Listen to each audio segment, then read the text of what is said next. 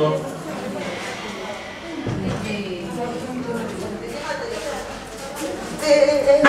Enfermería, Enfermería, el equipo de enfermería. Algunos ya tuvieron el placer de vivir la práctica. ¿Quién estuvo conmigo en la práctica? Todos dos. El resto abandonó. 2 días conmigo quedaron 2. Entonces le queda por después de recuerdo. Quedó el 25%. Bueno, como hace frío y queremos calentar el ambiente, bueno, ustedes conocen a la licenciada Ana Cortiza, a la profesora licenciada Mariela Acevedo, cada una con una postura. La idea es que podamos ver cómo nos podemos respetar con diferentes opiniones e intenciones y mostrar básicamente dos posturas también desde una mirada profesional, como esto también hace a que podamos trabajar en equipo y compartir otros espacios. Bueno, nada. Lo que vamos a hacer, la dinámica más o menos de cómo va a ser la clase o la charla hoy, tenemos dos ponencias completas del día 19 de abril.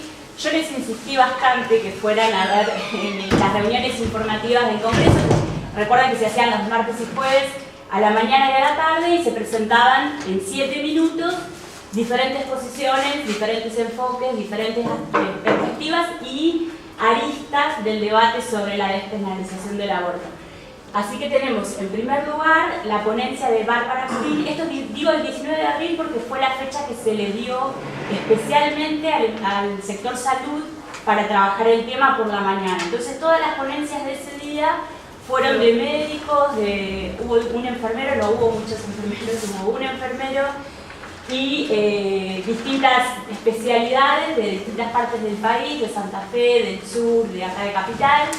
Y lo que hicimos fue seleccionar una ponencia, la de la doctora Bárbara Fil del Hospital Británico, por la posición que aboga por Provida. La no legalización. Sí, la no legalización en realidad porque son dos posiciones. es una discusión también semántica. Exactamente, discursiva. Discursiva. Entonces, y la otra ponencia también es de una médica del sur, que es Gabriela Luchetti, ginecóloga, que va a tener la posición por la legalización, por la despenalización y legalización del aborto. Así que primero vamos a ver... Sí, igual que en esas exposiciones, de hecho se le daba un tiempo, y lo que vamos a estar pautando, y pautamos ya con los expositores, es un tiempo para cada una de las exposiciones y después unas repreguntas entre ellas, y después abriríamos para docentes y estudiantes la atención del debate. En diputados también se ponía una posición de un lado, una posición del otro. Se iba alternando, no era que eran siempre las mismas posiciones. Y la idea de seleccionar los videos es también reponer un poco lo que estuvo pasando en el debate, las reuniones informativas. No fue un debate parlamentario, empieza hoy el debate parlamentario, va a ser en la Cámara de Diputados, se va a votar.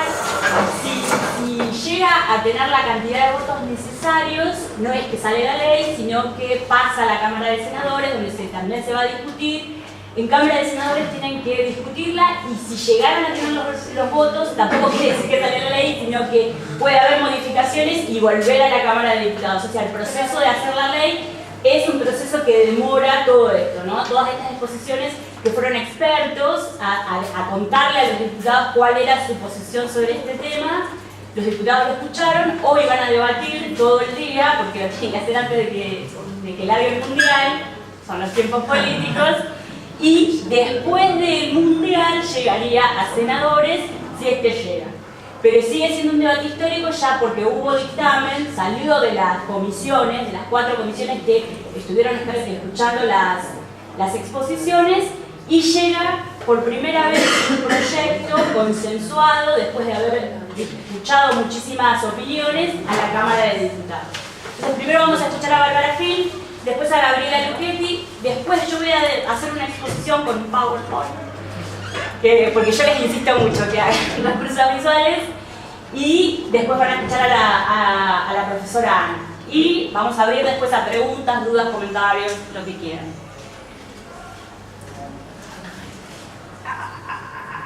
No se puede abrir este archivo. ¿Cómo no se puede abrir? Allá abajo, allá abajo.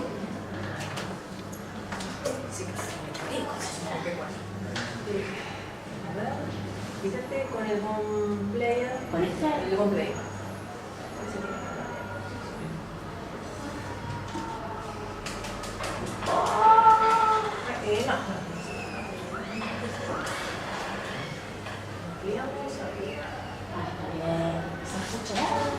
Sí, todo en Buenos días, mi nombre es Bárbara Fin, también soy formada en la Universidad de Buenos Aires, soy médica clínica, geriatra y tengo un magíster en bioética. Trabajo hace 19 años en el Hospital Británico como médica de planta de sala de internación clínica y coordino el comité del hospital. Agradezco la oportunidad de escucharnos y de debatir, y me parece que hay cuestiones que deberían quedar fuera del debate y centrarlas por ahí en otro lado. Es sorprendente volver a escuchar discusiones sobre en qué momento comienza la vida y hasta qué punto protegemos o no protegemos las vidas. Desde la ciencia no cabe duda el momento de comienzo de la vida. De un óvulo y el espermatozoide son células aisladas, pero una vez que se une y se produce esa fusión de núcleo femenino y masculino llamada singamia, ese ser, ese individuo tiene ADN propio, genéticamente diferente al de su padre o al de su madre. Hoy el ADN es nuestra identificación biológica. Nadie se permite dudar de la certeza de la huella genética. Con el ADN reconocemos cuerpos, identificamos homicidas, asumimos paternidades. Es una prueba irrefutable y personalísima de un ser humano. Es una representación directa de identidad. Otorgamos derechos y tomamos decisiones basándonos en el mismo ADN que, estando dentro del útero materno, pretendemos desconocer. Desde ese momento contiene todo lo necesario para desarrollarse y el rol de la madre se limita a asistir a ese crecimiento. De la misma manera que lo continúa haciendo los primeros años de vida. He escuchado que sin la madre el embrión no puede vivir, así como tampoco lo hacen los niños en los primeros años de su vida. Y en un caso le pedimos a la madre que lo proteja y le damos la obligación desde el Estado de proteger y cuidar esa vida, y en el otro le permitimos decidir sobre esa vida. Por otro lado, la medicina, y con solo el fin de diferenciar diversos procesos evolutivos, le pone diferentes nombres a estos procesos. Blastocito, embrión, cigoto, feto, pero en ningún lugar de estos hay una clara diferenciación entre esto no es vida y esto sí es vida. También es importante aclarar que un ser humano no se define por su capacidad de conectarse con el medio, comunicarse, razonar, sentir o expresar sus sentimientos. No tenemos categorías de vida de acuerdo a la capacidad intelectual. Y para aquellos que sostienen que si la medicina declara muerto a alguien que no tiene actividad cerebral, lo mismo podría usarse en el embrión, aclararles que olvidan una parte fundamental de la definición, que es la irreversibilidad del proceso.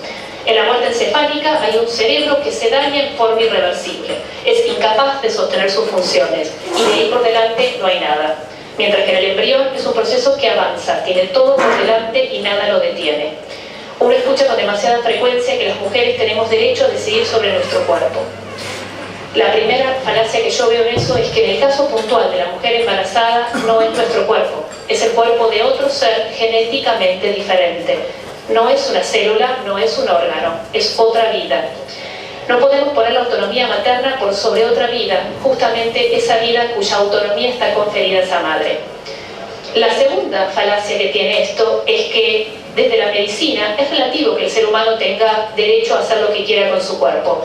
De hecho, si nosotros recibimos en la guardia un paciente con un intento de suicidio, nuestra obligación es proteger y preservar esa vida y no permitir que haga con su cuerpo lo que le parezca.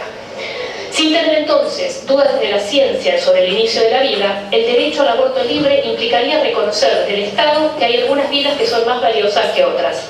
Estaríamos estableciendo diferentes categorías de vida, algunas que merecen cuidado y atención y otras, justamente aquellas que no pueden defenderse solas, quedan libradas a su suerte. Siguiendo la idea de la vida, toda vida es digna, su valor no depende de su capacidad intelectual o su capacidad de sentir o expresarse. Estas opiniones generan alarma en aquellos que creemos en una sociedad humana e inclusiva. ¿Qué diferencia existiría entre un embrión o un adulto en estado vegetativo persistente o un anciano en la etapa final de una demencia? Corremos riesgos de caer en una sociedad donde la eugenesia, la selección de individuos de acuerdo a alguna característica, sea moneda corriente, y no es necesario recordarles las consecuencias que ha sufrido la humanidad cuando intentó ese camino. Los procesos de Nuremberg marcaron un punto culminante, y así términos como eugenesia o mejoramiento de la raza quedaron totalmente grabados en nuestra conciencia social. pero se queda a la vista que las personas tenemos poca memoria y las prácticas eugenésicas continúan desarrollándose. Y en este punto en particular, hacer hincapié en lo que sucede en otras sociedades donde el aborto es legal. España, legalizado desde el 2010, y con respecto puntualmente a la trisomía 21 o síndrome de Down, 10 años atrás nacía un caso cada 670 niños vivos y hoy hay un caso cada 1.300 nacimientos. La proporción de aborto inducido en aquellos padres que hacían diagnóstico prenatal fue del 95.7%. El razonamiento que esgrimen los defensores de estas medidas eugenésicas es fruto de una tesitura que concibe la vida como un bien instrumental. La preocupación de los que promueven la ley es la vida de las mujeres, la mía también, la nuestra también. Ambas vidas son importantes y no podemos resolver la muerte con más muertes. La despenalización del aborto no va a evitar que mueran mujeres. Ningún procedimiento médico está exento de riesgos. Lo más grave del asunto es que seguimos sin cuidar a las mujeres. La mujer que recurre a un aborto es fruto de nuestro fracaso como sociedad. No pudimos brindarle educación, acceso a la salud, herramientas para que se conozca, quiera, valore su cuerpo y su vida. No supimos acompañarla en situaciones de violencia y ahora pretendemos solucionar toda esta enorme falta simplemente asegurándole un aborto limpio, sin pensar que después la que sigue sufriendo y sin herramientas es la misma mujer, sumando a todo lo anterior el dolor de una muerte. Citando el comunicado de la Academia Nacional de Medicina, creo que la salud pública argentina necesita de propuestas que cuiden y protejan a la madre y a su hijo, a la vida de la mujer y la del niño por nacer. La obligación de salvar a los dos, y nada bueno puede derivarse de la sociedad cuando se elige la muerte como solución. La solución no es el aborto, la respuesta no es el aborto. La muerte nunca puede ser la respuesta. Para finalizar, quería compartirles un párrafo de un libro que me acompaña desde mi adolescencia, que es El hombre en busca del sentido de Viktor Frankl. Frankl es un psiquiatra austríaco que termina en los campos de concentración en la Segunda Guerra Mundial y dice: la historia nos dio la oportunidad de conocer al hombre quizá mejor que ninguna otra generación. ¿Quién es en realidad el hombre? Es el ser que siempre decide lo que es. Es el ser que inventó las cámaras de gas, pero también es el que entró en ellas con paso firme y musitando una oración. Todos decidimos, ustedes deciden, y encima tienen la enorme responsabilidad de decidir por todos los argentinos, decidir qué sociedad queremos. Gracias. Esta es una posición. Ahora vamos con el video de la otra posición y después las dos exposiciones de los profes. Aclaro ahora. Fui jefa de servicio de ginecología. Ahora soy docente titular de la Cátedra de Ginecología y Obstetricia de la Facultad de Medicina de la Universidad Nacional de Comodoro. Agradezco la oportunidad que me dan para estar aquí. Vengo de estar 30 años en la trinchera del hospital público en una provincia que tiene 550.000 habitantes en 94.000 kilómetros cuadrados. Eso, para que tengan una dimensión, es algo así como 3 veces y media menos habitantes que La Matanza y 300 veces más territorio. Los números que voy a mostrar a continuación no son más que la misma realidad que otros ya han mostrado acerca de los daños que provoca la ilegalidad del aborto, pero en un contexto de escasa población y extenso territorio. Algunos aquí se han permitido dudar de impecables estimaciones estadísticas realizadas en nuestro país con relación a la cantidad de mujeres que abortan. Los números que hoy voy a presentar no tienen ni lejos esa calidad en su elaboración, pero representan una realidad concreta. Una realidad que, aunque era vivida diariamente, me explotó en la cara con su contundencia numérica cuando hice el diagnóstico de situación para concursar la jefatura de servicio de ginecología. Son los números de mortalidad por aborto en el hospital donde trabajé. Voy a los números. En un periodo de 5 años se internaron en el servicio de ginecología del Hospital Castorrendón de Neuquén 550 mujeres con diagnóstico de complicaciones de aborto, realizado en condiciones de riesgo.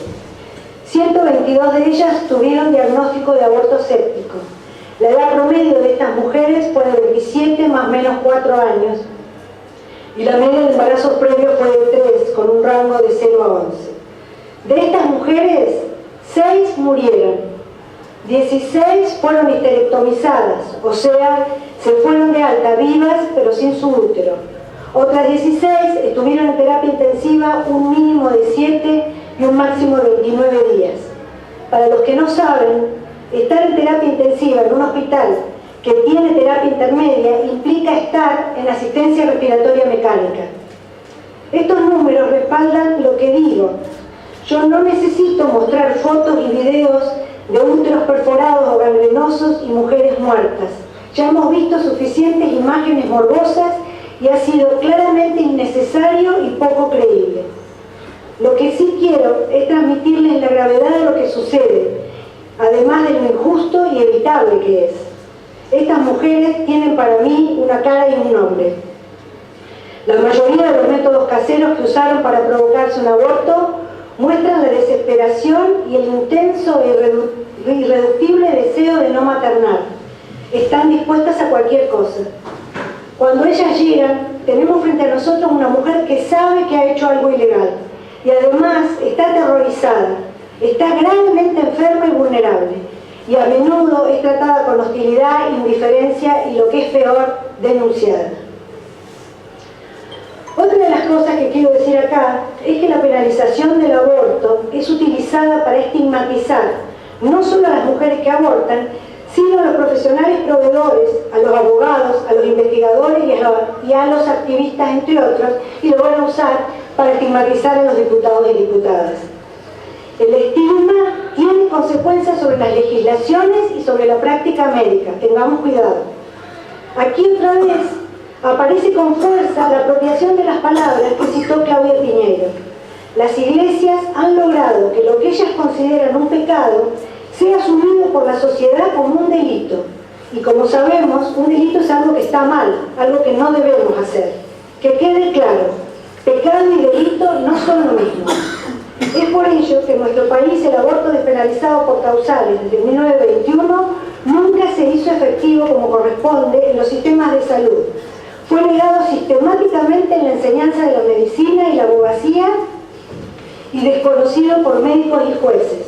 En fin, para mí es un derecho desaparecido con el peso que tiene esta palabra en este país.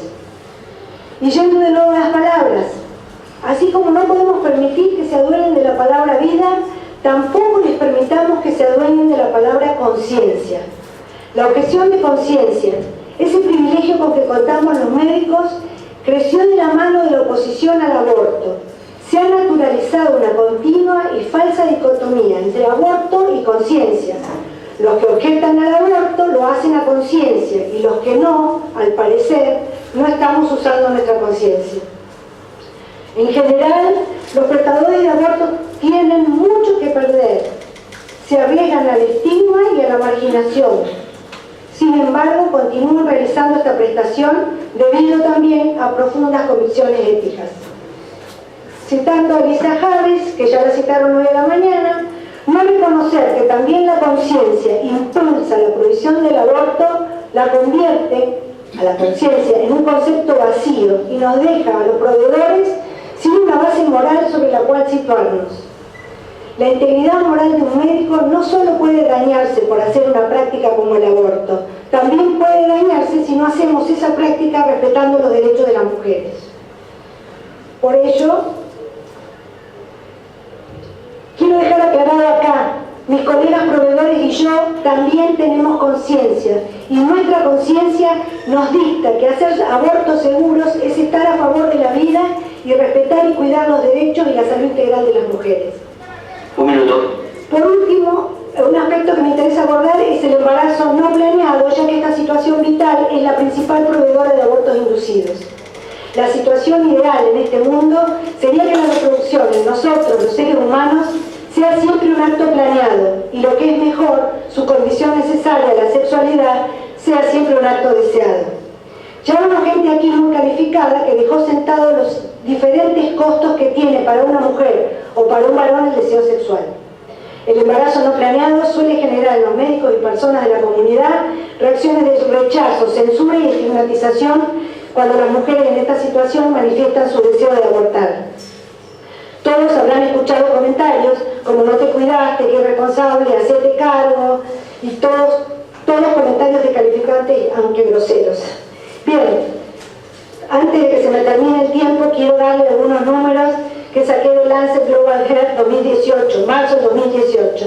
Entre el 2010 y el 2014, el 44% de los embarazos en el mundo fueron no planeados.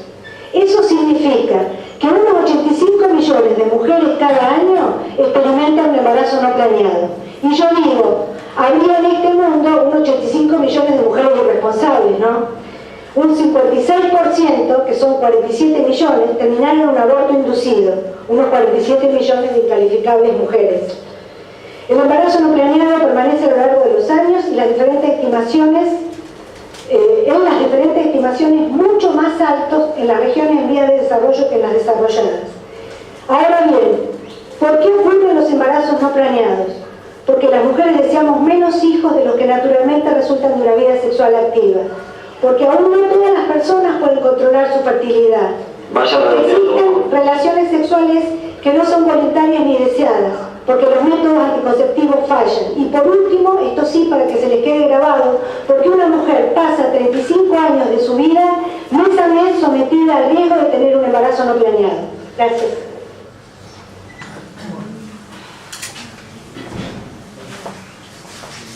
En este marco, lo que pautamos con las profesoras, luego de este video, van a hacer cada una de ellas una exposición con sus argumentos y retomando algunos de este disparador, y después repreguntas entre ellos y después ahora con el resto. ¿Empezás vos, Mariela? Sí. Bien. ¿Te aviso a los 10? No. ¿Sí o no? No quiero. Ella me avisa. Son 15, sí. Si De me 12 paso a a los 15. 12. A los 12, sí. dale. Cierro donde yo.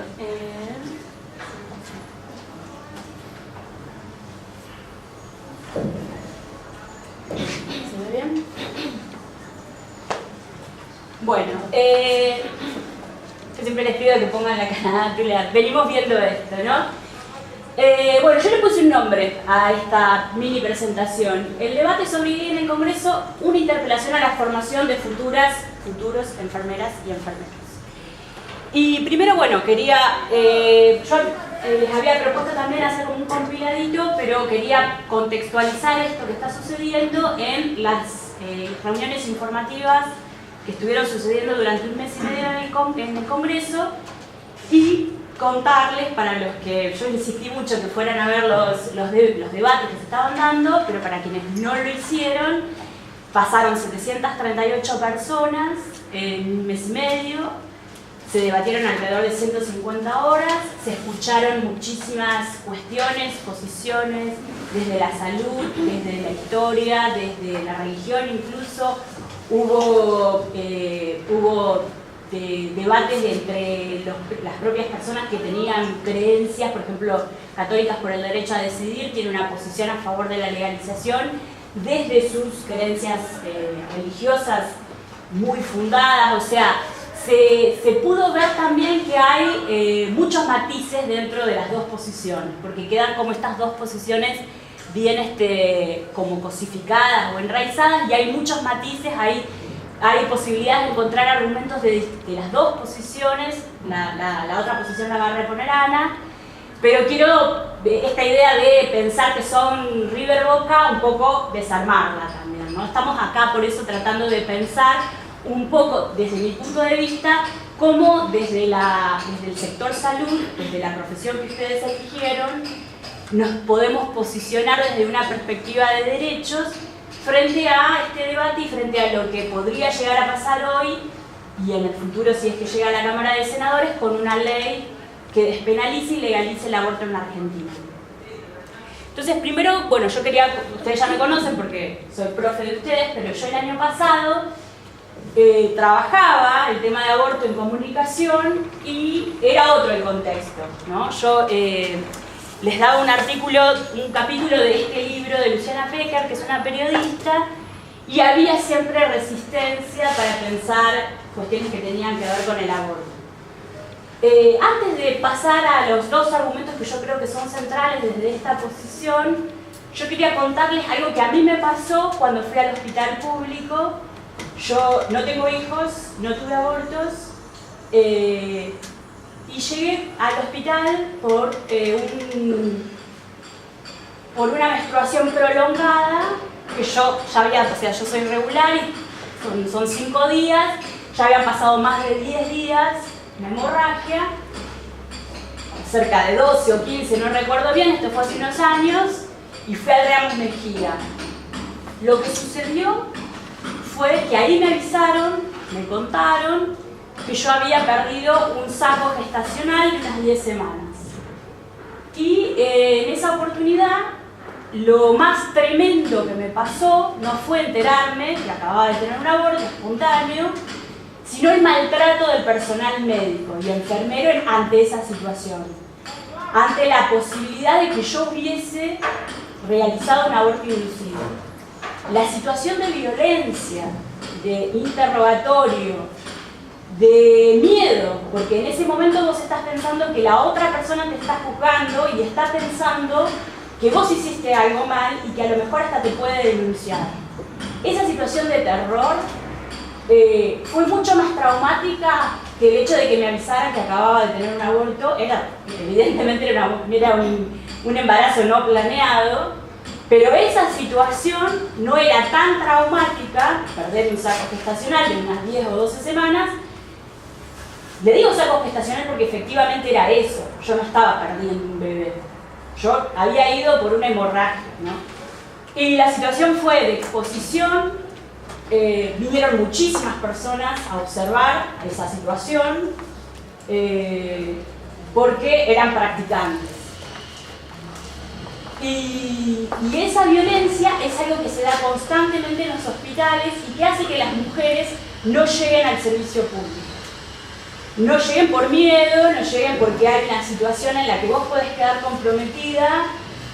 Imagínense una persona que sí hubiese hecho un aborto inducido y que tuviera dolor, pero que tuviera miedo de esa situación, ¿no? De quedar en esa situación pensando que podía quedar acusada, ¿no? O el miedo que puede atravesar una persona que ayuda o que acompaña a una persona que atraviesa un aborto. Y que al ayudarla puede estar siendo cómplice de una situación, ¿no? Que podría ser la situación de cualquier personal de la salud. De hecho, hay antecedentes en el sur de judicializaciones de intervenciones de enfermeras y médicos.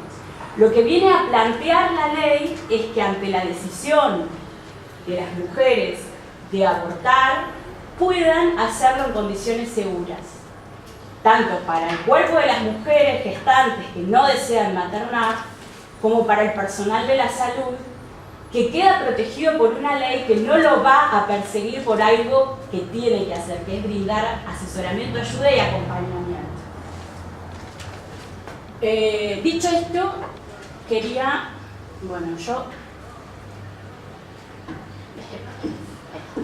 yo uso muchas viñetas de humor, en realidad, como saben, yo soy comunicadora y mi lado B es la historieta. Yo soy editora de una revista feminista que se llama Clítoris, que entenderán que es feminista. Es una revista de historietas de humor feminista. Así que conozco muchas autoras de historieta y trabajamos mucho cuestiones que tienen que ver con la comunicación, desde el humor y desde la posibilidad de trabajar desde el humor gráfico, por ejemplo, cuestiones que tienen que ver con cuerpo, salud, género, sexualidades. Esta viñeta es de Mora Saranson. Tiene una página que se llama Esto es poco serio.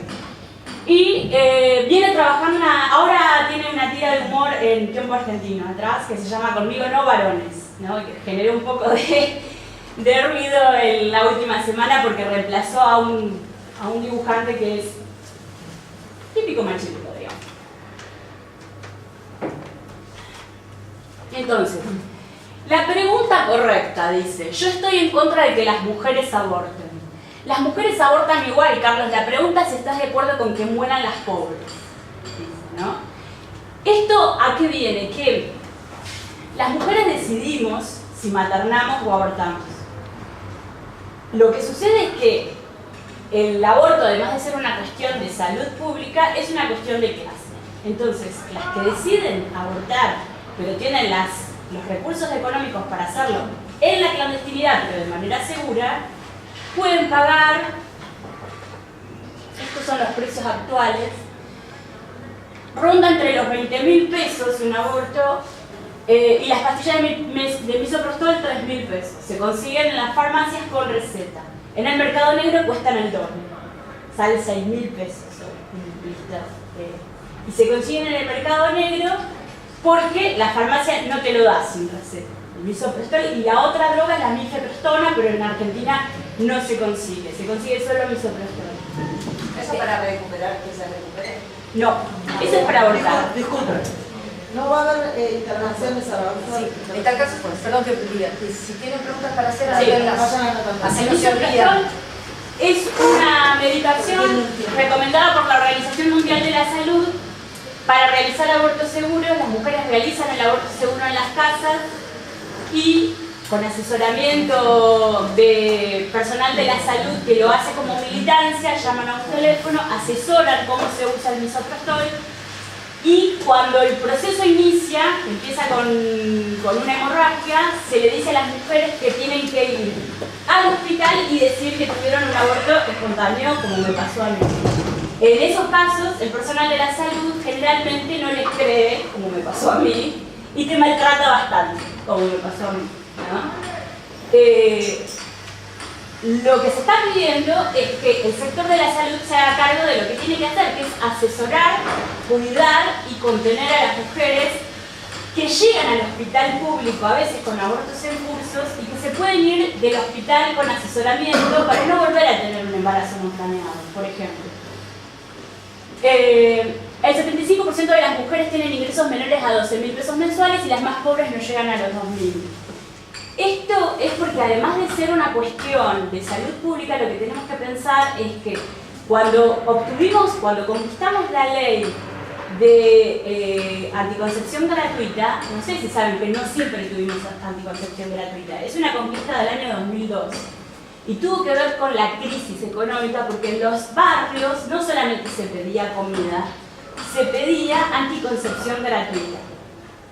Porque cuando hay crisis aumentan la cantidad de abortos también, porque las personas no pueden sostener, tienen 3, 4, 5 hijos y ante la llegada de un nuevo ser a la familia muchas veces se tiene que pensar cómo se sostiene esa economía familiar. Digo, estamos en un país muy desigual, donde las ricas pueden abortar y las pobres pueden abortar, pero lo hacen de forma insegura y pueden morir.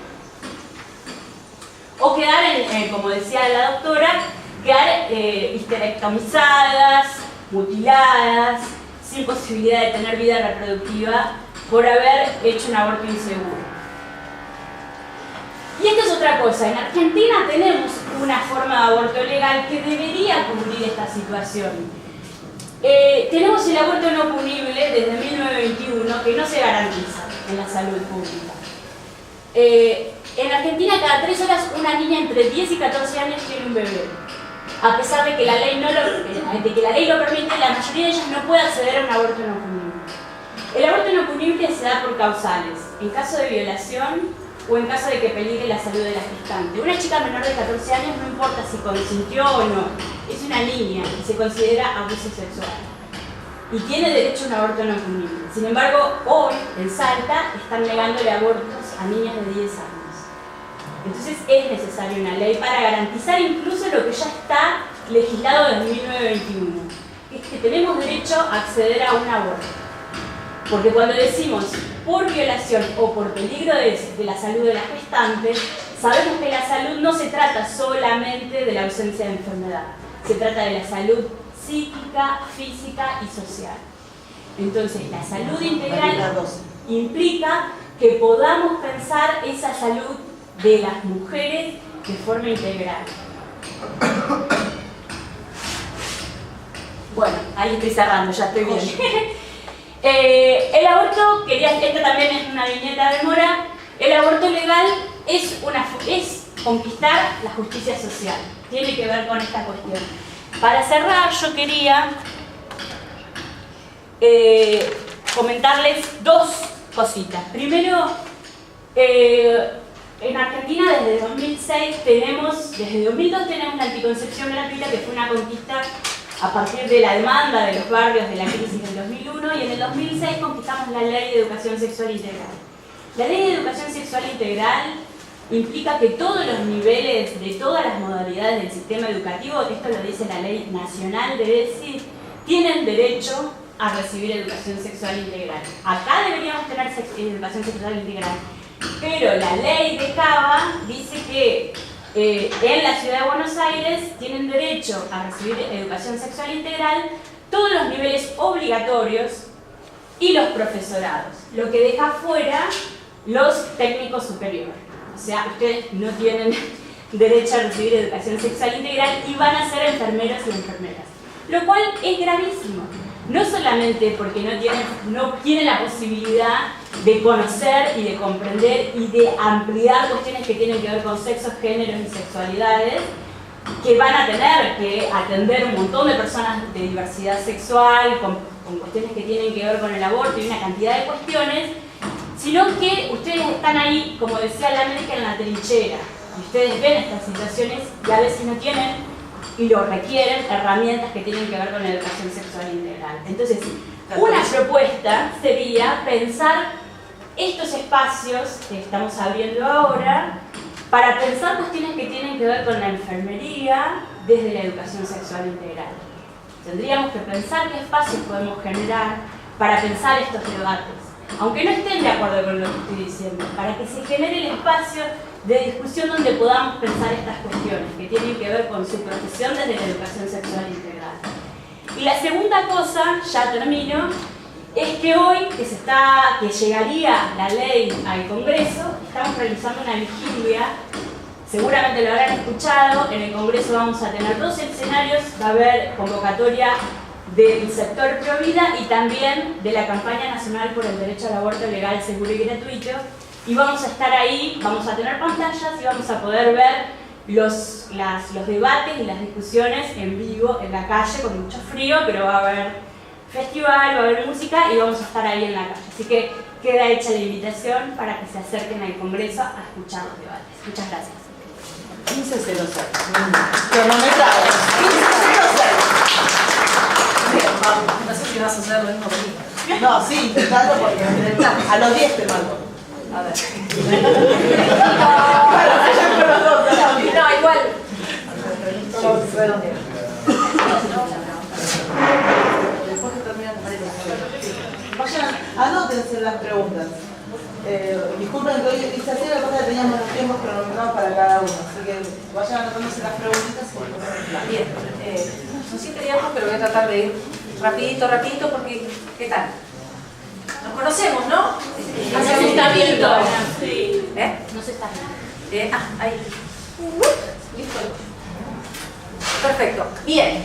Vamos a ir rapidito. Algunos puntos ya más o menos los han escuchado las 2 ponencias.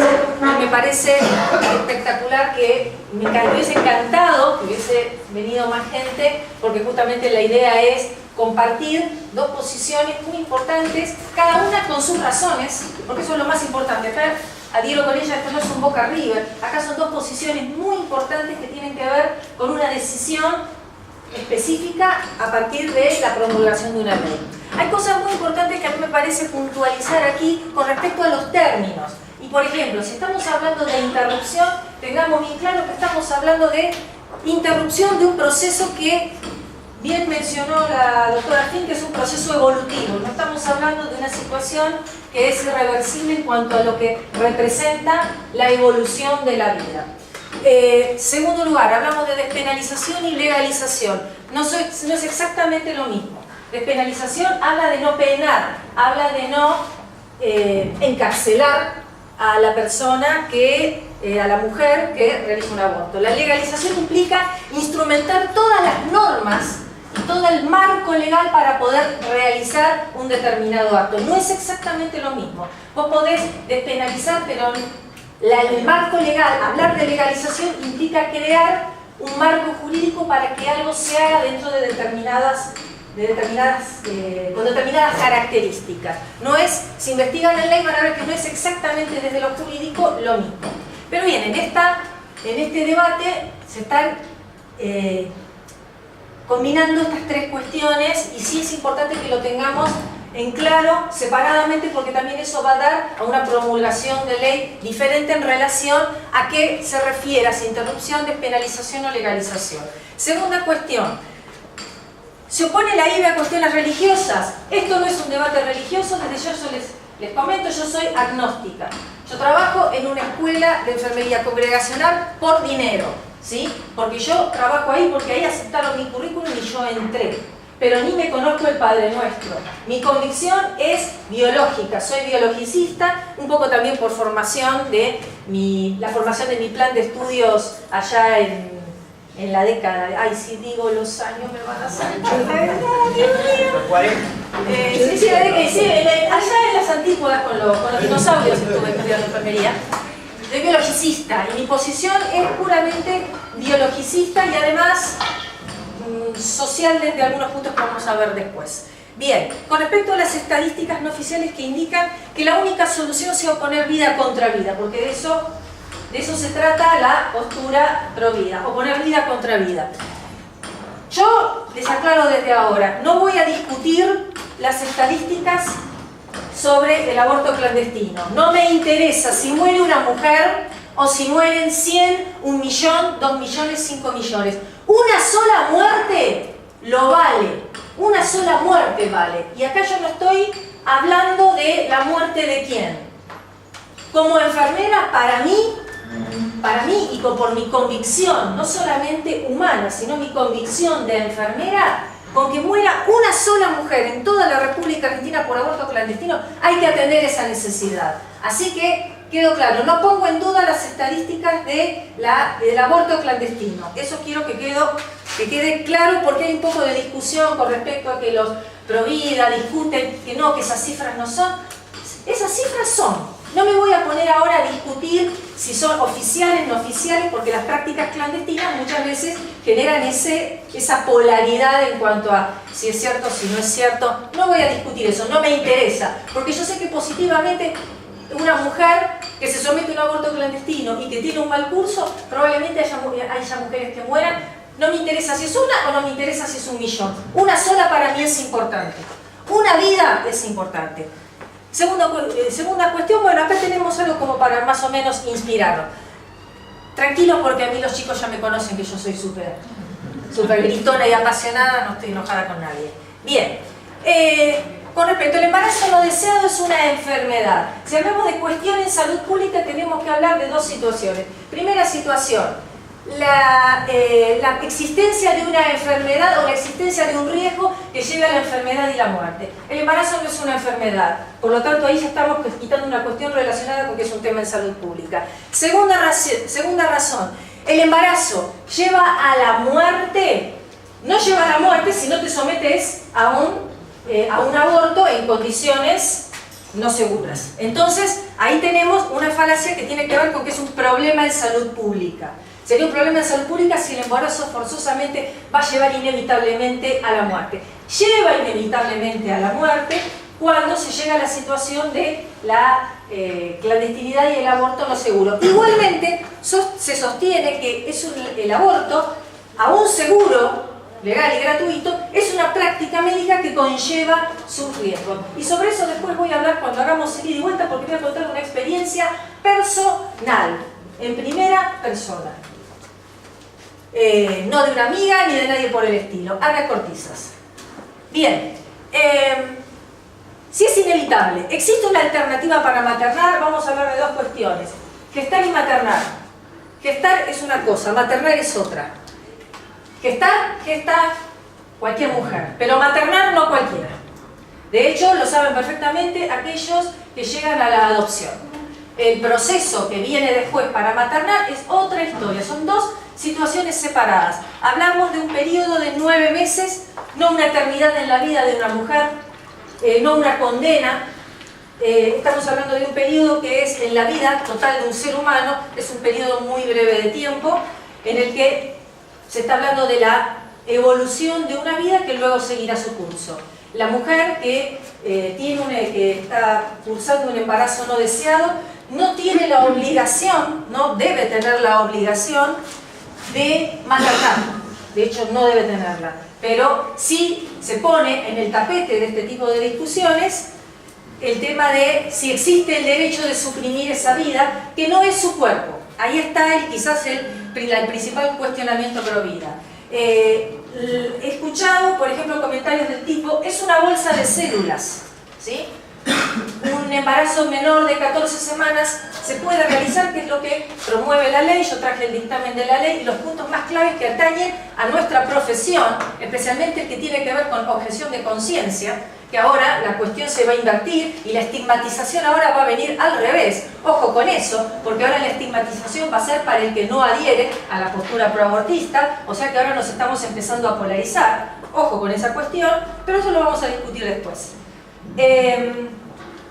Con respecto a otras preguntas, Código Penal, muchos hablan y sostienen desde el sentimentalismo el tema de y la chica violada. Y la chica violada.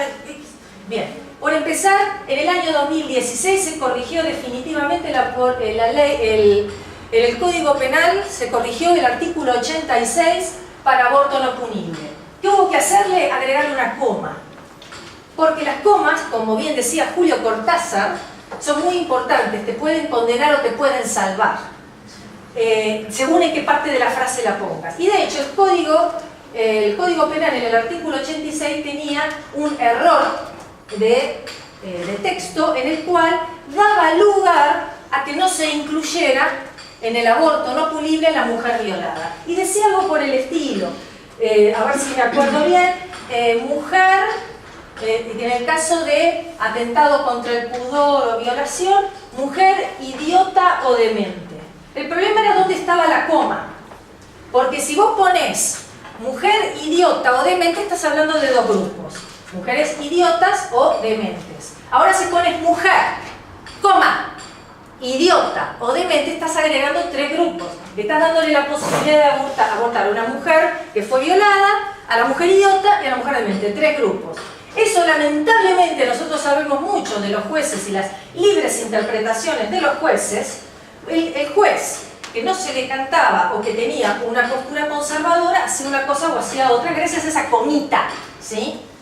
Ahora ya no. De hecho se sentó precedente en el año 2016 con el caso AG, una nena de 14 años de Chubut a la que justamente se le permitió abortar a raíz de esta situación. Se sentó precedente y se corrigió definitivamente el artículo 86. Así que la situación actual no viene por la necesidad de corregir eso, porque eso ya se trató en el año 2016 y a lo sumo se puede seguir trabajando, que es lo que sucede con los casos de violación. Más allá de la postura que yo pueda decir o no al respecto de cuál es mi posición con respecto a una violación. Y especialmente lo que es violación intrafamiliar, después también vamos a hablar de eso. Cerrando. Muy bien, muchísimas gracias. ¿10? No, me quedan 5. Genial, listo. Bien, Código Penal, sí, creo que... Cuestiones en salud pública, cuestiones especulativas, bien, con respecto a... No voy a posicionarme desde el lado especulativo, desde las cifras, ¿sí? No voy a ponerme en discutir, como dije al principio, si es una, si es 5.000, si son 1.000.000. Tampoco me adhiero a la especulación de cuándo comienza la vida humana, porque la vida humana para la ciencia está probado que comienza desde la concepción. No hay una vida humana que comience después de las 14 semanas, que es lo que plantea la ley. Lo que se está planteando en realidad desde el punto de vista legal es cuando ese ser es sujeto de derechos. No confundamos a partir de qué momento tiene derechos, pero para las obras sociales es un sujeto de derechos porque la cobertura en salud para una mujer que queda embarazada comienza desde la concepción. Pero aparentemente en otras situaciones la vida comienza después de la semana 14. Cuando nosotros van a ver en tercer año qué es lo que sucede en la semana 14. Y con respecto a eso, la ley tampoco pone un límite porque tiene una letra chica que después yo les voy a mostrar, una letra chica que tiene que ver con que no va a haber limitaciones en cuanto a las semanas de aborto, si bien te dice 14 semanas, pero si la mujer solamente declara bajo declaración jurada que fue violada, no va a tener limitación en semanas para abortar. O sea que puede abortar tranquilamente a las 20, a las 22, a las 25 o a las 30 o a las a lo que se le cante, ¿sí? Porque la ley no aclara eso. Eso van a tener que revisarlo y corregirlo, porque es la letra chica que toda ley tiene su doble cara, y según quien la tome es como lo interpreta. ¿Me queda un minuto más? Sí, ya sé en 11. En 11, genial. No, en 12. Bien.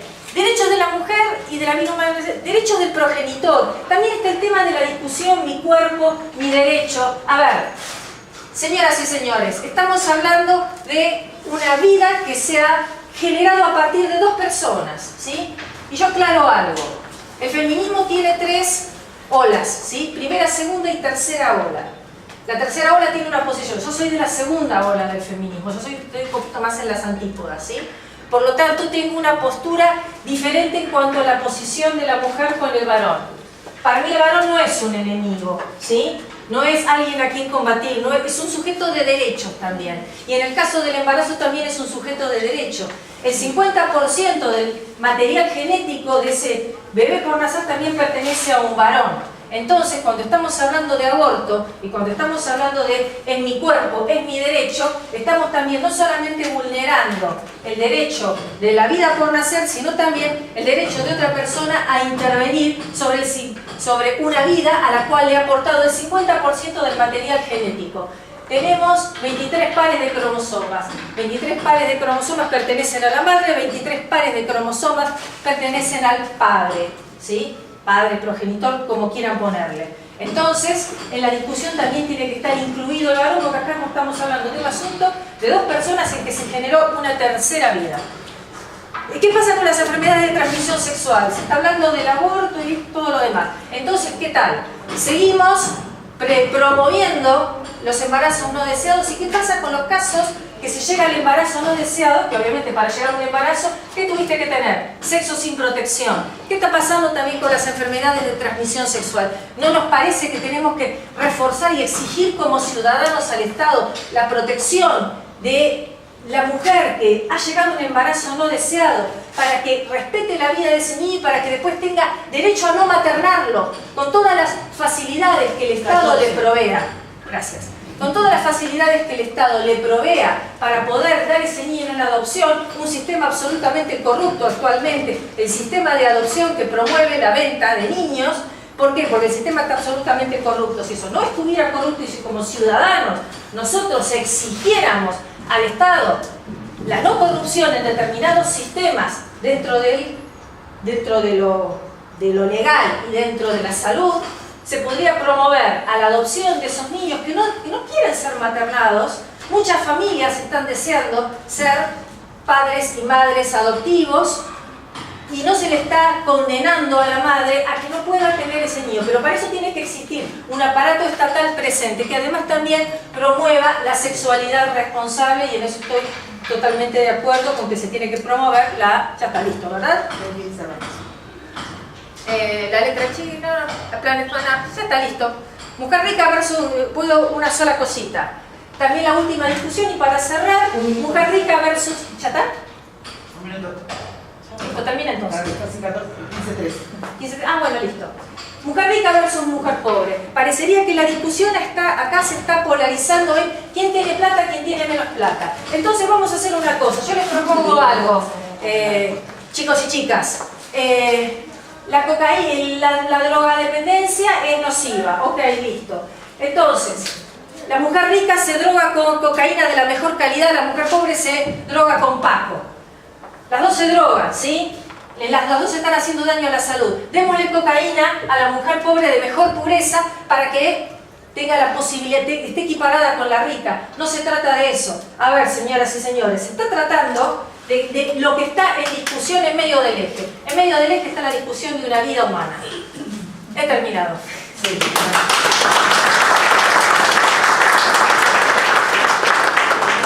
Bueno. Así, son pasionales las dos, ¿vieron? No, bueno, no se me durmió nadie, qué bueno. Bueno, ahora vamos a hacer un espacio de... No, estoy desde temprano, pero estaba secuestrada. Porque mira que a mí en la clase de la mañana me viene medio dormida el día. Estaban con la directora. No, está yo la tomé. Bueno, después te cuento. Bueno, tranquilos. Ahora vamos con las preguntas, pero primero el espacio de repreguntas entre ellas. Como ella tomó un minuto más, le vamos a dar un minuto más a Mariela porque fue como los actores, no tiempos parejos, ¿sí? Después ya para el resto del debate se abren los tiempos, pero en un principio. Así que Mariela, tenés la palabra. En primer lugar me gustaría agradecerte, Ana, por el tiempo y la exposición que nos diste. Me gustaría, decir algunas cuestiones y preguntarte otras, si me querés responder. Vos decías que al principio, no sé si querés tomar notas, son varias cuestiones. Vos decías que ni una muerta por aborto clandestino, en eso estamos todos de acuerdo, ¿no? Estamos todos de acuerdo de que ni una muerta por aborto clandestino.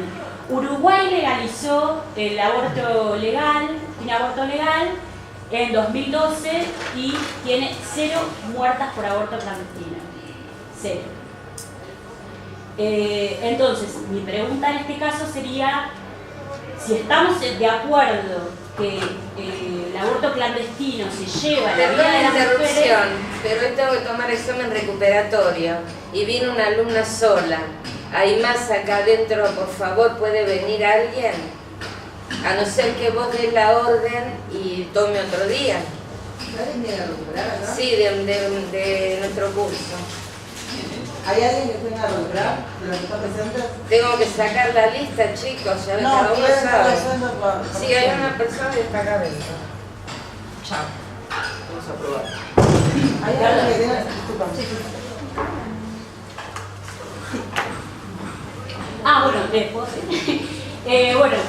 Uruguay legalizó el acceso al aborto legal y tiene 0 muerte materna por aborto clandestino. Por supuesto que la práctica del aborto conlleva riesgos, ¿no?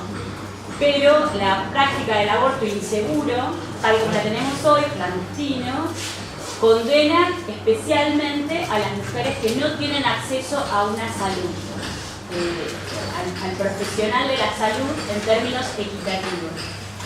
Esa sería una pregunta. La segunda, vos decías, con respecto a la... ¿Querés que respondamos de una a una? No, yo te hago las preguntas y después vos me decís. Te las respondo todas juntas. Sí. La segunda cuestión tendría que ver con esto que decías de las violaciones. Vos decías que como que se utilizaba un sentimentalismo al hablar de las violaciones y vos decías que esto ya se había como modificado a partir de la lectura que se hace en 2016 del caso FAL, que es AG, que accede a un aborto y después, posteriormente, la Corte decide hacer una lectura, aunque ya se había realizado el aborto, para sentar precedente, que tiene que ver con pensar que hay causales por las que el aborto es no punible.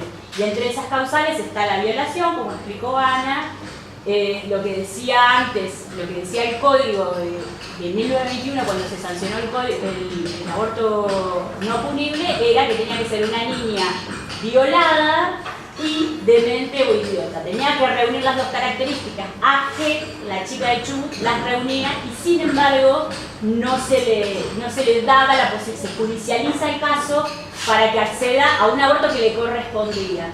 Finalmente se hace ese aborto, pero la Corte decide igual realizar una acordada, que es una sentencia posterior para decir que el Estado tiene que realizar un protocolo, que finalmente lo realiza, que es el protocolo para la actuación en casos de abortos no punibles, que no lo tienen aprobado en todas las provincias.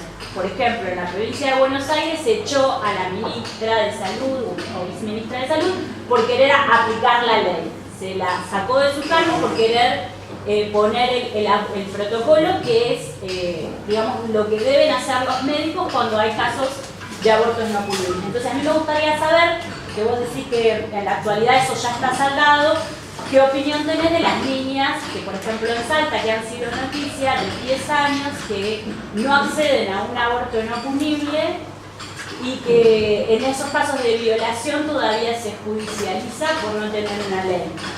Y por último, sobre el rol de los varones, yo esto lo digo a veces como provocación, pero existe la vasectomía y los varones son fértiles todos los días del año las mujeres somos fértiles apenas 2 o 3 días al mes, pero sin embargo las que nos medicalizamos para no quedar embarazadas, las que tenemos que sobrellevar la responsabilidad por la fertilidad de los varones somos las mujeres. Entonces me gustaría que comentaras qué te parecería profundizar en cuestiones que tienen que ver con las cuestiones enfermeras, para pensar campañas, por ejemplo, para pensar la vasectomía como una posibilidad. ¿Arrancó? Sí. No, pero ahora, tenés 2 minutos, así que... 2 minutos, y si querés Pero son responderme... 3 preguntas. 2 minutos. Son 3 preguntas. Son 3 preguntas. Bueno, Son 3 preguntas. Sí. y si querés después preguntar lo que... Vamos a la primera, con respecto a Uruguay. Bajó la tasa. En primer lugar, lo que tenemos que exponer y tendríamos que profundizar es que otras políticas en salud han existido también para reducir las muertes de estas mujeres, en primer lugar. En segundo lugar, Uruguay ha tomado esa decisión como país y como sociedad. El tema es qué decisión tomamos nosotros, porque si nosotros nos posicionamos en qué es lo que hace el de al lado, a ver qué es lo que hace el país de al lado, para ver qué hacemos nosotros, también podemos quizás promover decisiones que son contrarias al pensamiento que tenemos cultural y socialmente. Es decir, si nosotros promovemos ciertas cuestiones copiando lo que se hace en otras regiones, a veces puede cuajar y a veces no puede cuajar con nuestra realidad. Las decisiones que tomamos con respecto a el aborto no punible y este tipo de cuestiones son decisiones que deben tomarse dentro del marco de nuestra jurisdicción de nuestro país. Tomar otros ejemplos sirve como para tener una idea y promover cómo funcionó el aborto en otro país. Pero creo que esta decisión sigue siendo exclusivamente argentina, porque también podemos tomar lo que está sucediendo en otros países con respecto a cómo están dando marcha atrás. Por ejemplo, en España están dando marcha atrás por el tema del aborto, y bueno, algo de eso también se habló con el tema de la eugenesia durante el video de fin. Segundo lugar, el tema de la violación. A mí me preocupa mucho que una niña de 10 años quede embarazada, porque habitualmente una niña tan pequeña probablemente se trate de una violación intrafamiliar.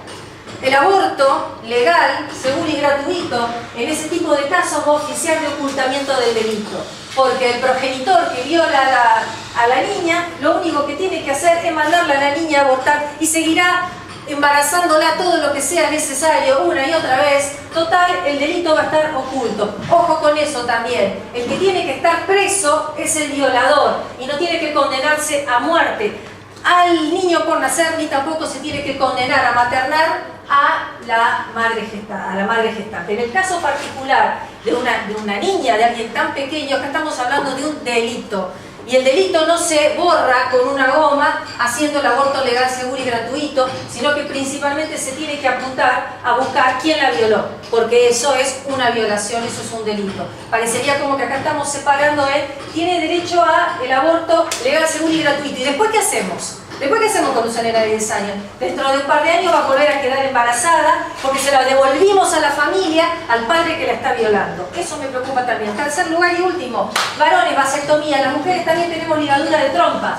Y el método hoy día con las técnicas quirúrgicas es un método que, si bien muchos podrán decir, pero si una mujer se liga las trompas después no va a poder volver a quedar embarazada.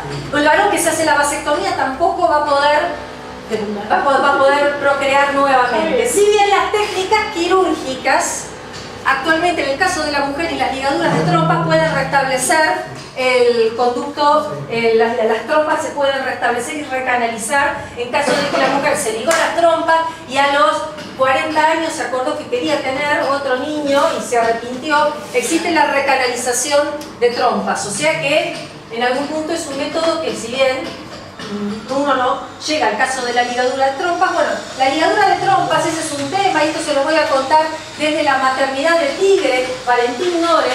La ligadura de trompas se hace por lo bajo y lo piden muchas mujeres que tienen más de un hijo. Cuando se realizan las cesáreas le piden al cirujano obstetra que realicen la ligadura de trompas, no lo dicen obviamente en voz alta, porque por ejemplo se podría trabajar, por ejemplo, en lo no punible relacionado a la ligadura de trompas. La mujer no se puede hacer una ligadura de trompas, pero un varón sí se puede hacer una ligadura de trompas. Entonces eso, ¿por qué las políticas y por qué las luchas feministas no apuntan también a eso? La mujer tiene derecho a hacerse una ligadura de trompas si quiere. Y no podría, de esa manera, se podría quitar el peso de encima y eso sería, por ejemplo, una acción pro vida. Y finalizo, ¿no hay tiempo? No, ya está listo, terminé. Bueno. Ana, ¿me querés hacerle alguna repregunta a... La cortita, Ana, vos te me pasaste el tiempo, dale, Ana. Bueno, pero no me pasó tanto. Bueno, dale. Bien, con respecto... Respetamos tiempo. y yo tenía después algo que contar, pero bueno. No tenemos tiempo para nada, si podemos dejar abierto el debate. Una pregunta para Mariela, si tenés. Y si no... Sí, tengo un montón, ese es el problema. Bueno, elegí dos del montón para que te pueda responder Mariela. Estoy tratando.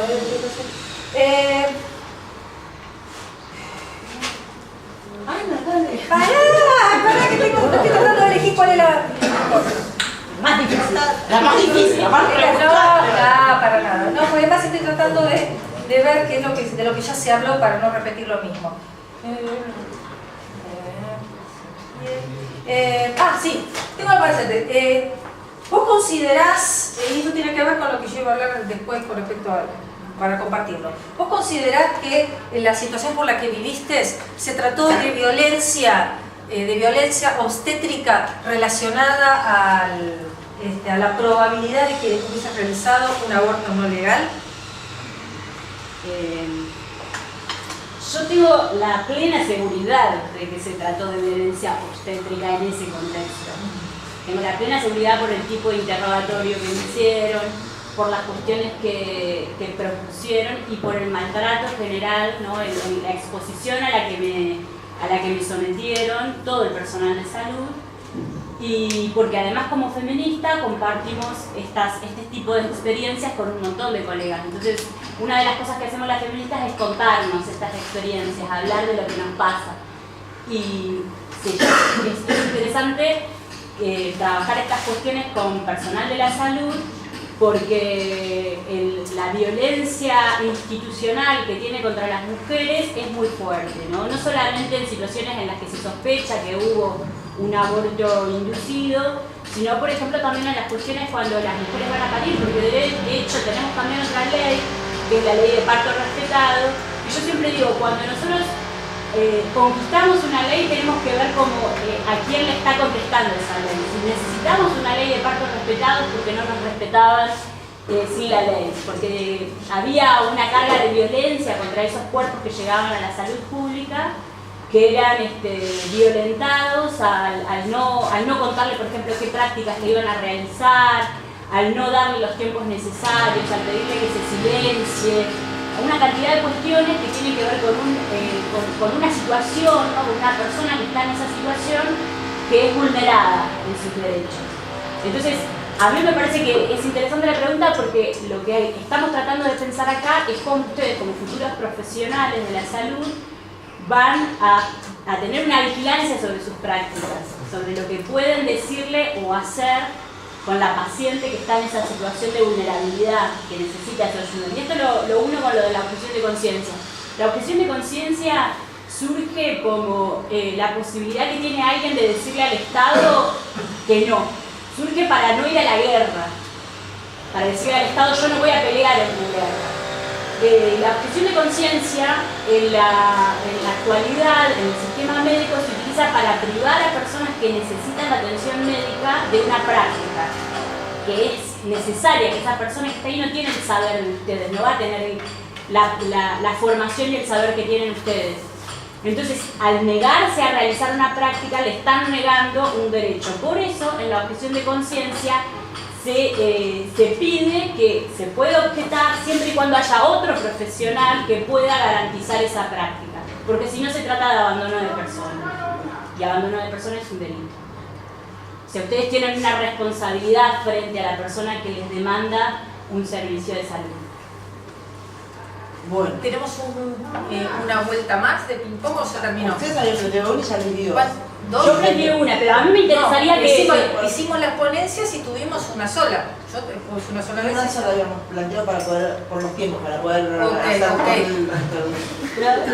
¿Podemos hacer una más?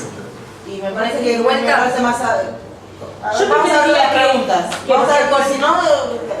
Porque lo que dice ella tiene algo. Ana, algo que decir. abrámoslo al grupo, que es lo que habíamos abierto primero. Si vemos que no hay muchas preguntas del Pero grupo... no es que habíamos quedado en que eran 2 idas y vueltas. Eran dos, no era una, habíamos dicho, eran 2 Ay, idas y Dios, vueltas. vamos a las preguntas. ¿Alguien tiene preguntas? No sé si... ¿Docentes? Sí, docentes o estudiantes. No sé si cualquiera. pregunta o más Sí, o preguntar para los expositores. no sé, pregunta para las dos, ¿no? Yo creo que también entra un poco a la política porque desde hace años el Estado nunca invirtió en educación. Y yo creo que eso fue el Estado, tanto como en el caso de la profesora, yo creo que tanto invirtió en educación, ¿por qué? Porque si estuvieran educadamente lo de antes, creo que la escuela enseña cómo atender a las personas, ¿no? Que ven tanto con diferentes casos. Si hubiera pasado, nunca hubiéramos llegado a este debate del aborto.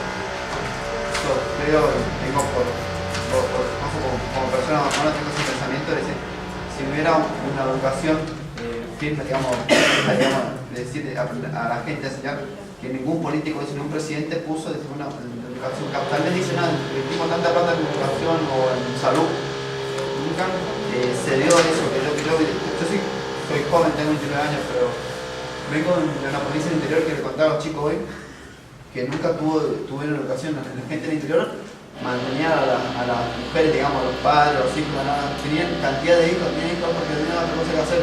Porque llegaban, no tenían educación, no tenían esa forma de decir, bueno, mira, vamos a tener en la municipalidad o lo que sea de ese pueblo, vamos a enseñar a la gente cómo cuidarse o cómo tener un cuidado en este caso para llegar a ese proyecto. Yo creo eso, creo que desde hace años nunca hubo una inversión en educar a las personas, tanto para los cuidados, en este caso, de lo que decía usted, para lo que es de la salud, para lo que es la personal de salud, y también lo otro siempre preservar la vida, o sea, creo eso es lo que no sé. Eso es lo que digo. No sé si tienen alguna Sí, ¿cómo es tu nombre? Pablo. Pablo, no tenemos clases nosotros, ¿no? Yo No. tengo.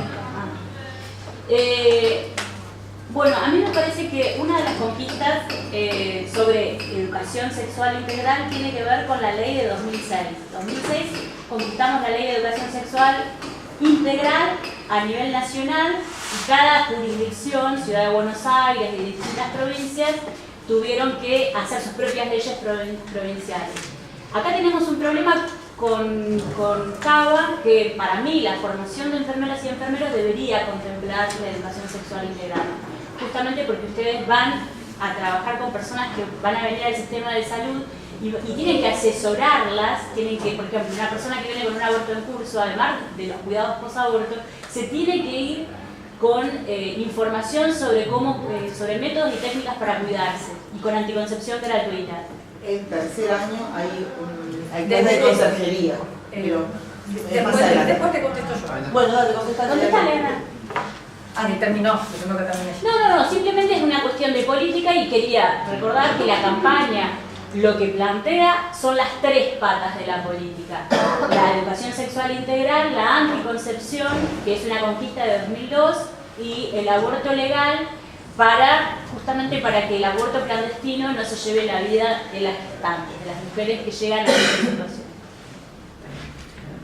Bien, de mi parte te digo, en primer lugar, el hincapié tiene que estar puesto en primer lugar en la educación sexual. Sobre eso realmente si bien se menciona el reforzar la educación sexual en la ley, no está realmente en la ley poniendo el foco en eso, y yo considero que el aborto legal o libre no está haciendo precisamente hincapié en lo más importante, que es la prevención. Si hablamos de salud tenemos que hablar de prevención. No podemos hablar de actuar después que las cosas han sucedido. Eso lo sabemos y lo estamos aprendiendo desde el primer año. El tema pasa por la prevención. No se están realizando realmente políticas exhaustivas para poder prevenir el embarazo no deseado. También estamos ante una situación económica, política y social de pobreza, y la pobreza también trae ignorancia, trae desinformación, y también habría que poner en el tapete qué sucede con lo que vos bien mencionaste, el tema del número de hijos que precisamente se da en niveles socioeconómicos pobres. ¿Por qué se da en esos niveles socioeconómicos? Tiene una doble situación, una situación relacionada con la educación, y también está relacionado con el empoderamiento de las familias pobres con respecto al número de hijos, que son también mano de obra para sostener a la familia económicamente. No es casual que las familias pobres también tengan mayor cantidad de hijos. Se relaciona también a una cuestión de idiosincrasia y de sostenimiento social y económico del núcleo familiar. Generalmente las clases sociales más altas son las que tienen menos hijos, y de hecho a veces ni tienen hijos, y al revés, las clases sociales pobres son las que tienen más hijos, por estas dos razones. Con respecto a enfermería y la formación, en tercer año, en enfermería materno-infantil recibe conocimientos sobre métodos anticonceptivos y educación sexual y procreación responsable. Habría que a su vez también reforzar muchísimo más los planes de estudio para que trabajen sobre ese particular desde una perspectiva neutra, no desde una perspectiva polarizada. Y por último lugar, con respecto a lo que se mencionaba a la violencia obstétrica, yo voy a hablar en primera persona. Yo no tengo hijos y no puedo tener hijos, pasé por 3 abortos espontáneos, ¿sí? Uno de ellos llevó a la institucionalización. Con una ecografía y con el informe de huevo muerto retenido, a mí me trataron para el caste, ¿sí? Y yo no estaba bajo sospecha de ningún aborto ilegal, y fui absolutamente maltratada, porque eso se llama violencia obstétrica, y no veo tampoco que los movimientos feministas estén detrás de la violencia obstétrica que sufren las mujeres cuando paren o cuando también atraviesan situaciones ginecológicas como la que a mí me tocó vivir. Yo no estuve bajo sospecha de ningún tipo. A mí me indujeron con misoprostol y las cosas se fueron a los 1000 demonios. Fui y a mí me ponían al lado de la sala, al lado de las mujeres que estaban con sus pancitas felices y que estaban a punto de parir, mientras yo estaba en esas condiciones. Sin ir más lejos, la semana pasada mis alumnos en el Hospital Naval atendían a una mujer que estaba cursando su semana 22 de embarazo y abortó espontáneamente. El bebé se murió, ¿sí? Bien, tenía que retirárselo mediante, estaban decidiendo si cesárea o si vía vaginal. Ok, ahí venía la discusión, que no, que a ver si lo podés parir por vía vaginal, y ella decía, por favor, no me hagan esperar más, por favor, háganme una cesárea. La violencia obstétrica es independiente al tema del aborto, es algo que sufre la mujer en cualquier circunstancia. Entonces quería hacer esa pequeña aclaración. Bueno. Una cosita. Sí. Hay dos efectos, digo yo, ¿no? Sí. Hay una multiplicidad de cuestiones que tienen que ver con cuestiones culturales, digo, porque si no solamente es una cuestión de clase, digo, porque si no parece, hay una complejidad en el tema de por qué algunas mujeres tienen más hijos que otras, que no se reduce.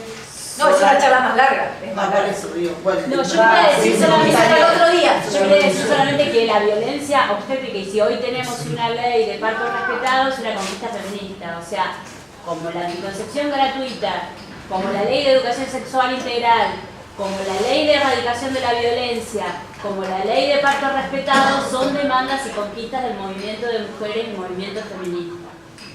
No digo porque pareciera que el movimiento feminista está por fuera de la demanda de esas leyes y son conquistas feministas.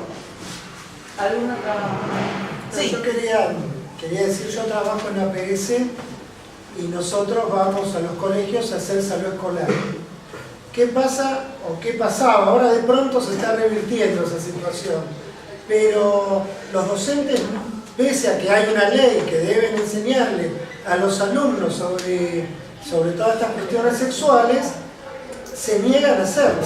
Entonces, gracias a Dios tienen salud escolar, que podemos ir el personal de salud y las mismas maestras nos piden que nosotros toquemos ese tema porque ellas no lo van a tocar. Entonces, bueno, ¿cómo es el asunto? Tiene que salir desde la educación, tiene que salir del sistema de salud. ¿Cómo es el asunto? Gracias a Dios, digo, estamos nosotros que vamos a hacer salud escolar y los chicos tienen otra noción, están empezando a manejarse más esos temas. En el centro de salud tenemos todo tipo de anticoncepción, hasta chips. O sea, tienen todas las posibilidades, está todo dado. Pero bueno, también desde la educación está faltando esa pata, pero no del personal de salud, sino desde los maestros, que se niegan a hacer eso porque después vienen los padres y les dicen de todo a ellos, que cómo le enseñó a mi hijo esto. Entonces, frente a esa postura se niegan a hacerlo. Y nos piden a nosotros que, bueno, toquemos esos temas. Así, o sea que en nuestra sociedad también hay muchas cosas que cambiar, ¿no? Sí. Desde la escuela. Trabajar sobre eso.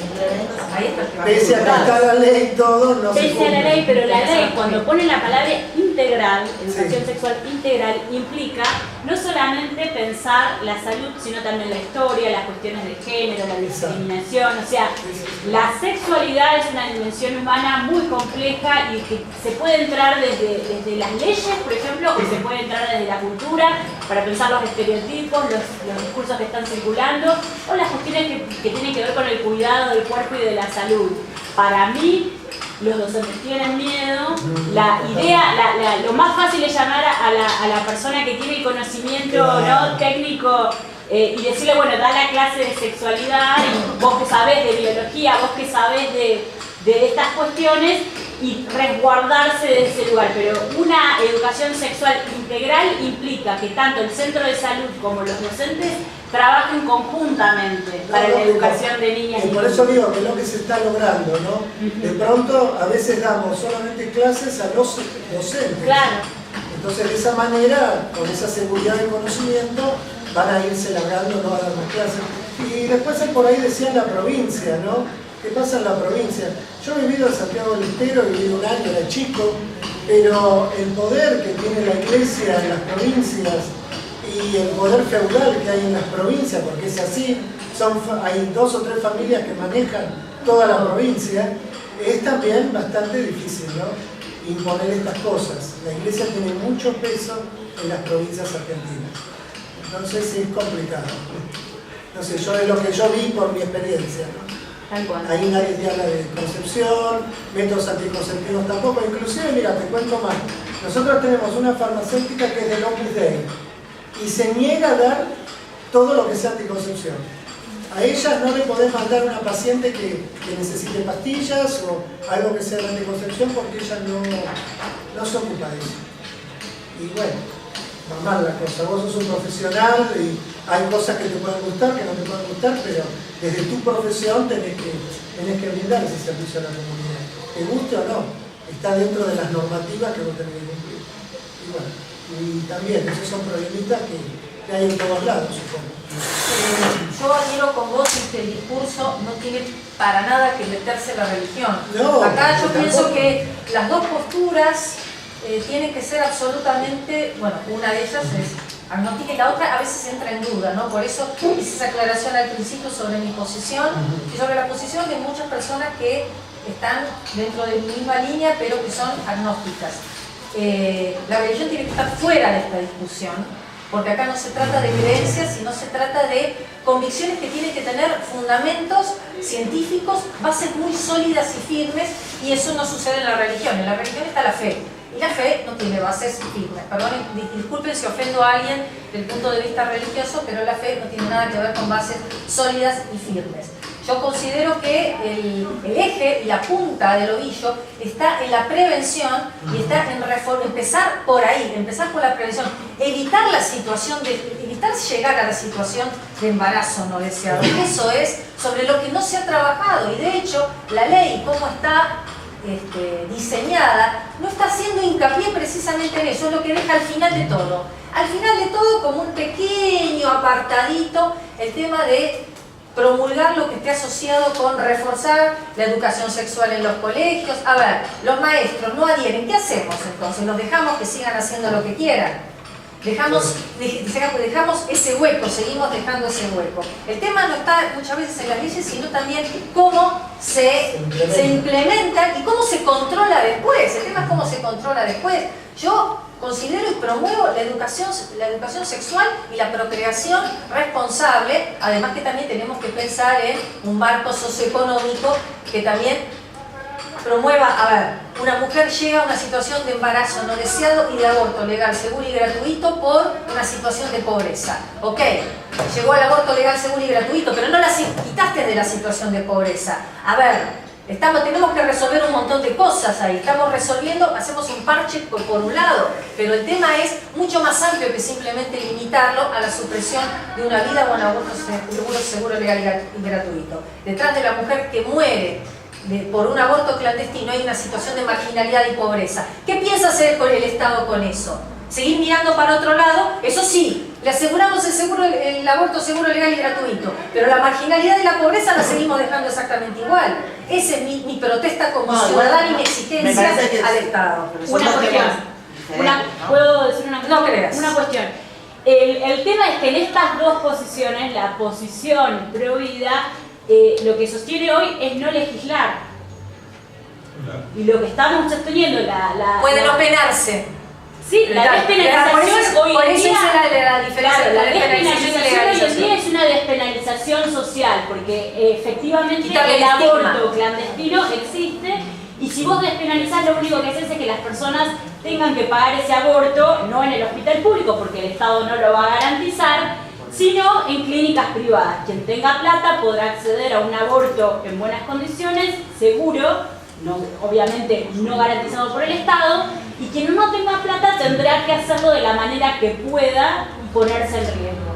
Lo que estamos diciendo desde la campaña por el aborto legal, seguro y gratuito es que el Estado debe intervenir y debe legislar, y debe despenalizar y legalizar para garantizar la vida de las mujeres. La otra posición dice no legislar, que siga manteniéndose el aborto de forma clandestina. Porque se está suprimiendo una vida, entonces no se puede oponer vida contra vida, ese es el problema. Acá no se está promoviendo que la mujer se muera en un aborto clandestino, sino que lo que se está promoviendo es proteger las dos vidas, nadie menos. Entonces, promover a que ese embarazo se siga a término y que su mujer siga su vida y no lo materne, y que pueda favorecerse la adopción. ¿El aborto existe con o sin legislación? Fantástico también, el robo también existe, ¿por qué no lo legalizamos ya que estamos? Total, se sigue robando igual. Legalicemos el robo ya que está. ¿La qué? La marihuana. Los chicos están enterrados ya. ¿Alguna otra pregunta? Sí, diga. Bueno, digamos que el aborto se apruebe. O sea, yo... No, el aborto no. La despenalización del aborto, interrupción voluntaria del embarazo.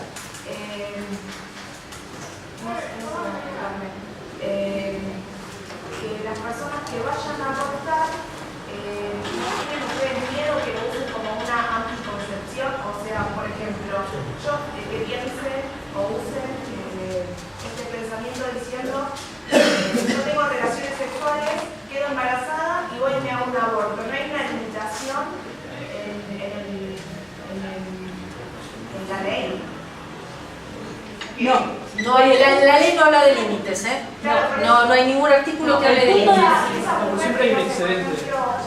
Usa la ley a su favor, digamos. Sí. No sé, si hace 5 abortos. ¿No tiene un riesgo en la salud de morir ella? Sí, o sea, toda práctica médica tiene un riesgo. Pensar que las mujeres usaríamos la ley de despenalización y legalización del aborto como anticoncepción sería un poco extraño, porque primero las mujeres que llegan a una situación de aborto no llegan alegremente a la decisión de abortar. No, déjame que te responda, ¿no?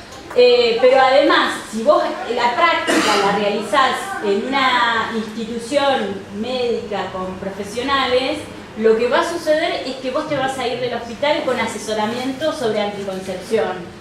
con anticoncepción también, con métodos que pueden ser el chip, como dijo acá el profesor, que pueden ser preservativos, anticonceptivos. Vos podés elegir una variedad de métodos y vas a irte con esa información y con asesoramiento de personal que está calificado para ayudarte sobre eso. Si vos lo mantenés en la clandestinidad, es muy probable que te vuelva a suceder que por falta de información, por falta de acceso a métodos anticonceptivos, tengas más abortos. Yo conozco personas que, por supuesto, que han practicado más de 2, 3, 4 abortos. ¿Sí? En la ilegalidad siempre, en la clandestinidad. ¿Pero por qué tanto? Porque nos falta educación sexual, porque nos falta acceso a los anticonceptivos, porque los varones no se hacen responsables de su fertilidad. A los varones también hay que, porque hablamos de los varones. Porque a veces las mujeres se tienen que hacer cargo de todo. ¿Y los varones qué? Porque los métodos fallan. A ver, porque los métodos, vamos a... ¿No les puedo pedir la palabra? Sí. No, basta, ustedes dos partes de palabra. Pero habló ella, me toca hablar a mí ahora. Le respondió, Los métodos anticonceptivos que puede utilizar el hombre ¿Cómo? es en una relación sexual. Sí. Un hombre puede usar un preservativo, ¿no? Y en cuestión de él o no, hacerlo mayormente no se hace. La mujer ya tiene más cuidado, eso no lo voy a negar. Pero un método anticonceptivo para el hombre que no sea solamente un condón. No se están desarrollando acá en Argentina, pero sí se están desarrollando en el exterior. Claro, pero no acá en de Argentina. esa forma, o sea, que no la cumple de forma permanente. Yo quiero ser padre, no voy a hacerme algo que al futuro no me va a Está perfecto. El método de barrera es un método y si se combina con métodos hormonales tenés doble protección. Segundo lugar, nadie habló de la pastilla del día después. ¿No la escucharon hablar de la pastilla del día después? Profe, pero... La pastilla del día después es un método de anticoncepción. Se había hablado al principio de que es abortiva. No es abortiva porque lo que impide es que el blastocito se llegue a implantar. Por lo tanto, desde el punto de vista de fertilidad, no es abortiva porque se considera abortiva después que el blastocito se implantó en el endometrio. Otra cosa que quiero decir con respecto al tema de las consecuencias del aborto.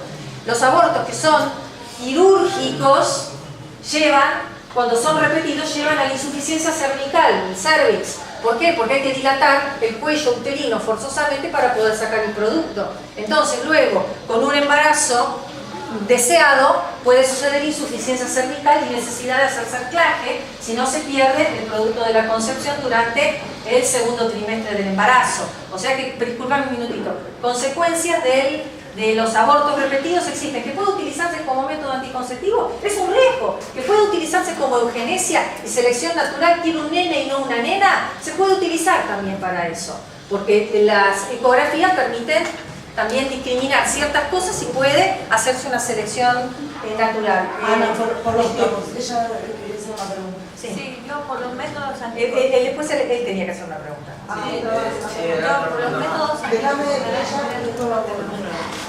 Vale.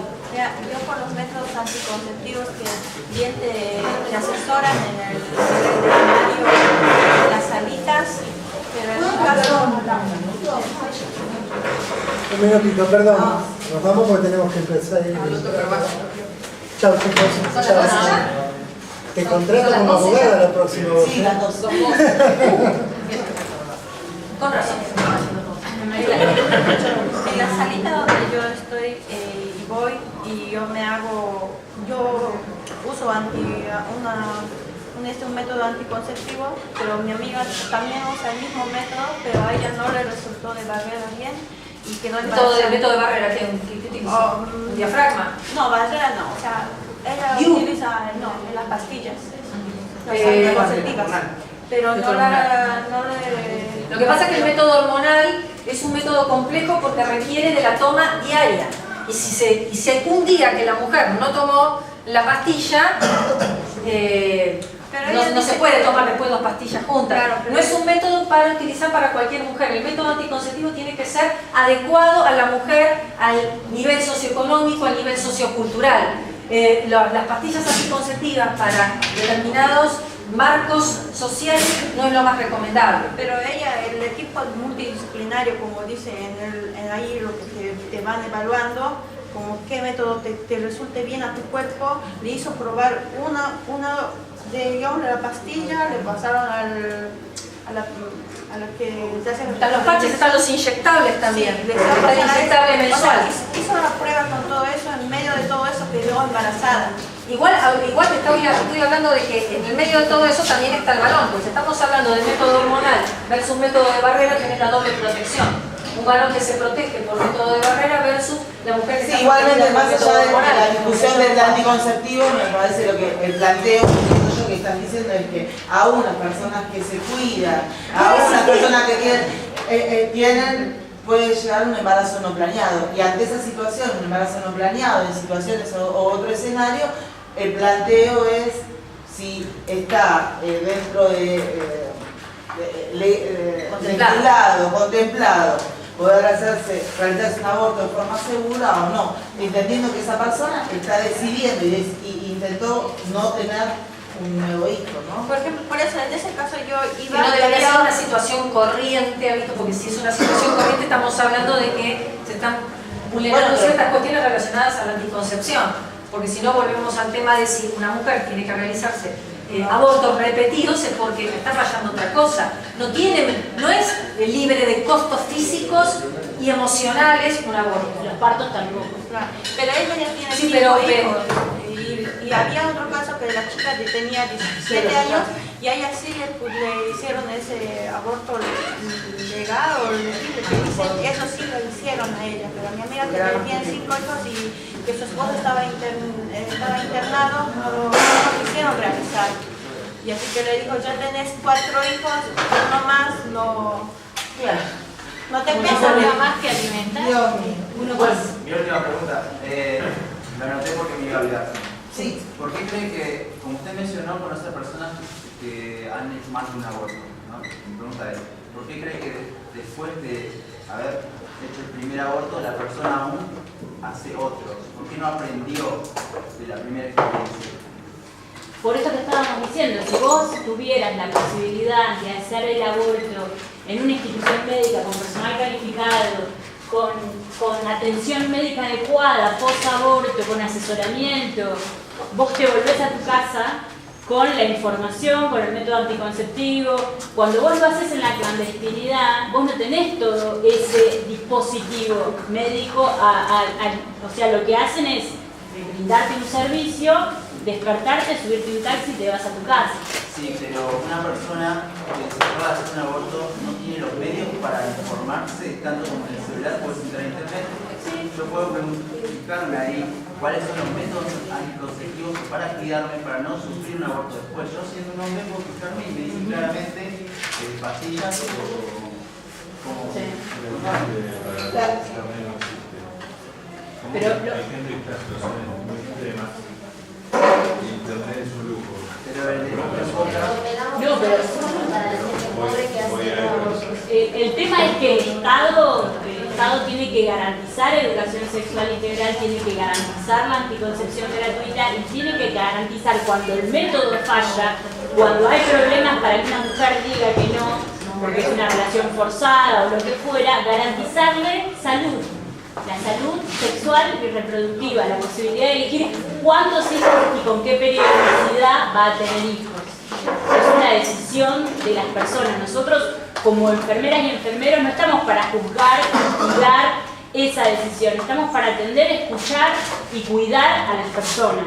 Tomen la decisión que tomen la decisión de maternar o tomen la decisión de abortar. Para mí hay falta, como usted mencionó, hay falta de educación. Falta, sí. Pero es lo que el Estado tiene que garantizar esa educación. Entonces, lo que estamos pidiendo, no... estamos pidiendo las 3 cosas: educación, anticoncepción gratuita y aborto legal. Las 3 cosas. ¿Qué método de anticoncepción gratuita? Porque... La anticoncepción gratuita es ley desde 2002. Se reparten pastillas, anticonceptivos, chip, diversos métodos de anticoncepción. Lo que pasa es que, como son políticas públicas, el gasto, porque lo toman en términos de gasto y no de inversión, se reduce según qué política pública se quiere llevar adelante. Entonces, por ejemplo, se dice, bueno, prioridad el NOA, y se manda la anticoncepción al NOA, y no al conurbano, por ejemplo.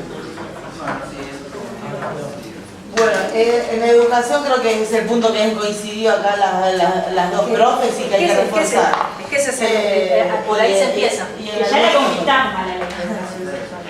Ahora hay que hacer esta otra. Nada, les quiero, por el tema de los... De 15 segundos. Bueno, dale, por el tema de los horarios nada más. No, pero es un ejemplo que me parece que hasta la semana pasada yo era vicerrector del turno tarde del polo. Y una cosa que nosotros hacíamos en el turno tarde del polo, era cuando empezaban los alumnos, le dábamos 2 charlas sistemáticamente, por cuatrimestre. Una charla de educación sexual y una charla sobre violencia. Porque veíamos que eran problemáticas que existían en la población de estudiantes. Y era muy notable que cada vez que hacíamos esa charla, traíamos especialistas para el tema de violencia, que se dedicaban a eso, y siempre surgían casos de consultas motivados por la charla. Sí, de hecho tenemos 4 primeros. Y con el tema de la charla de educación sexual que hacíamos todos los cuatrimestres, porque no vamos a esperar hasta el tercer año para que vean ese tema, ¿no es cierto? Poníamos un buzón de consultas y dábamos la charla y el buzón se llenaba de consultas. O sea que era una necesidad absoluta